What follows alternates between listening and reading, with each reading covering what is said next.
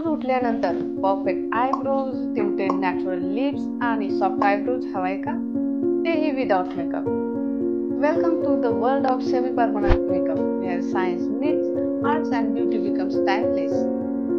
Semi permanent makeup मध्ये eyebrows मध्ये microblading of eyebrows, ombre brows, powder brows आणि combination brows केले जातात. लिप्स मध्ये म्हटलं तर डार्क लिप न्यूट्रलायझेशन हे एक असतं आणि दुसरं म्हटलं तर लिप ब्लश, ज्यामध्ये तुम्हाला डिझायर ब्लश हा केला जातो. आणि तिसरा आहे आयलायनर. ज्यांना कोणाला नॅचरल आयब्रोज हवे असतील तर त्यांनी मायक्रोब्लेडिंग करावं. जसं की ड्राय आणि नॉर्मल स्किनसाठी आपण मायक्रोब्लेडिंग करतो. मायक्रोब्लेडिंग हे मॅन्युअली केलं जातं आणि जो आपण पिगमेंट यूज करतो तर तो नॅचरल असतो, ऑर्गॅनिक असतो.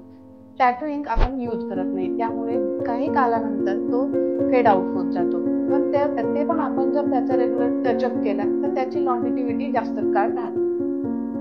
दुसरा आहे ओम्ब्रे ब्रोज. ऑल स्किन टाईपसाठी ते सुटेबल आहे. त्यामुळे ओम्ब्रे ब्रोज आपण ड्राय स्किन, कॉम्बिनेशन स्किन किंवा सेन्सिटिव्ह स्किन मध्ये पण करू शकतो, कारण ते आपण मॅन्युअली करत नाहीये, तर त्यामध्ये मशीन यूज केली जाते. तर त्यामध्ये पावडर ब्रोज सुद्धा करू शकतो आपण आणि कॉम्बिनेशन ब्रोज सुद्धा करू शकतो. ज्यांचे कोणाचे डार्क लिप्स किंवा स्मोकर लिप्स असतील तर त्यांना आपण लिप न्यूट्रलायझेशन करू शकतो. म्हणजे की कोणाला कलर नकोय त्यामध्ये आणि नॅचरल हवं आहे तर त्यामध्ये आपण न्यूट्रलायझेशन करू शकतो आणि त्यामध्ये तुमचा डार्कनेस जो आहे लिपचा तो हळूहळू फेड होतात.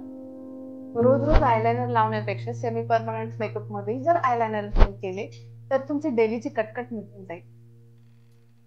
आजकालचे वर्किंग वुमन्स आणि त्यांचे बिझी शेड्यूल्स त्यांच्यासाठी सेमी परमनंट मेकअप हे एक बेटर ऑप्शन आहे. चला तर मग अधिक माहितीसाठी खालील नंबरवर संपर्क साधा.